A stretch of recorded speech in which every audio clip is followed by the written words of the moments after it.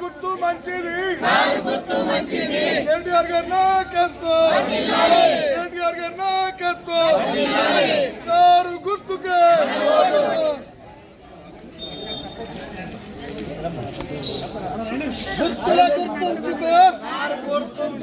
గుర్తుల గుర్తుంచుకో రావాలి రావాలి అండి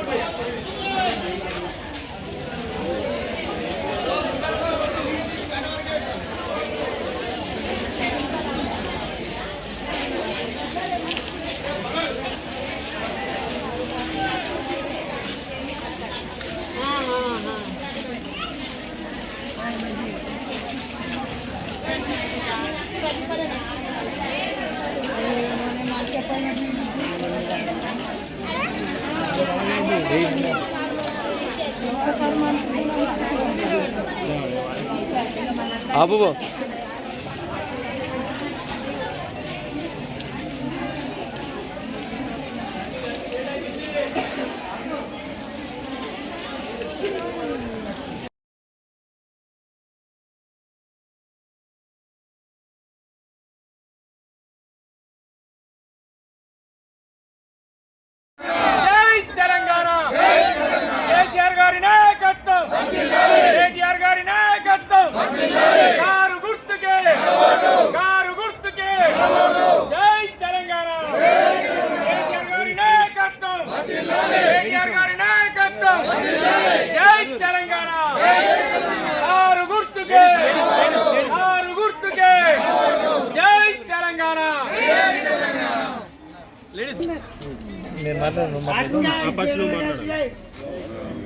ఈరోజు సిరిసిల్ల పట్టణంలోని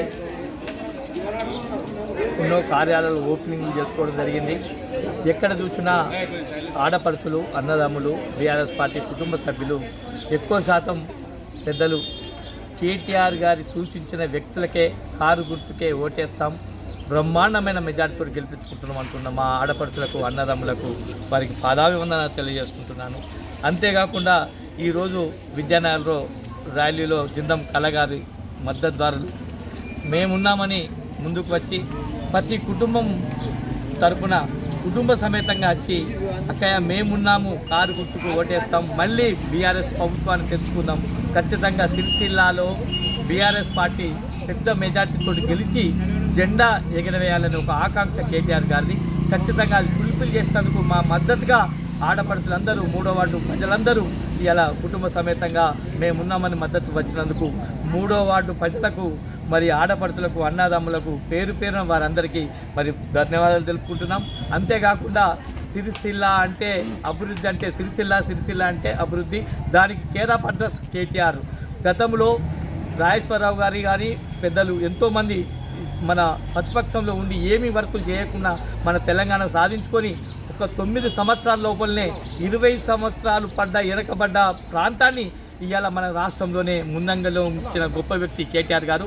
ఆ కేటీఆర్ గారి చలువతోటే ఇవాళ రాష్ట్ర ప్రజలందరూ, మన ముఖ్యంగా సిరిసిల్ల పట్టణ ఆడపడుచులు కానీ అందరు కానీ అన్ని వసతులతో కల్పించి రూపురేఖలు మార్చిన గొప్ప వ్యక్తి కేటీఆర్ గారు. కాబట్టి ఖచ్చితంగా పల్లెన గల్లిన జై టీఆర్ఎస్ అంటూ ముందుకు వచ్చిన ఆడపడుచులందరికీ మరోసారి మా కుటుంబ సభ్యులందరికీ ధన్యవాదాలు తెలుపుకుంటూ, ఖచ్చితంగా ఈ జెండా మన కాంగ్రెస్ అలరిగా హామీలు ఇచ్చి ఇవాళ మేము ఇచ్చినామని చెప్పుకుంటున్న కాంగ్రెస్ నాయకులారా, ఇప్పటికైనా అసలు ఓటు అడిగే హక్కు నీకు లేదు. ఎందుకని లేదంటే నువ్వు అన్న మాటలు 100 రోజుల లోపల మేము ఇచ్చేస్తామని మాట్లాడినా నువ్వు ఇవాళ ఏ ముఖం పెట్టుకుని ఓటు అడిగేందుకు వస్తుందని చెప్పి మా టీఆర్ఎస్ కుటుంబ సభ్యులు కాదు, పబ్లిక్ ఓటు అడిగేందుకు పోతే నీకు ఏ హామీలు అమలు చేసినావు?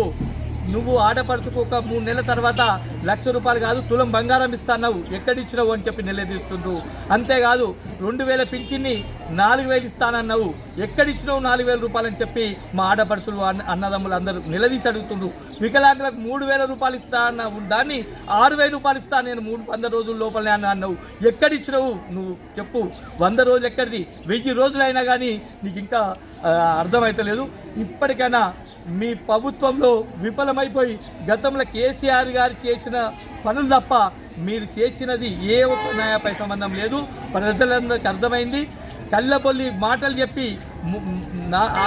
6 హామీలు ఇచ్చి 420 హామీలు ఇచ్చి 6 పథకాలని చెప్పి ఇవాళ ప్రజలను మోసం చేసి ఒక బిడ్డ, దీనితోటి నీకు పతనం దగ్గరికి వచ్చింది. ఖచ్చితంగా మీరు రానున్న రోజుల్లో ఆ పథకాలు అమలు చేస్తేనే మీకు బతుకుదేరు ఉంటుంది, లేకపోతే మనం పుట్టగతులు ఉన్నాయని చెప్పి ఈ సందర్భంగా నేను హెచ్చరిస్తున్నాను.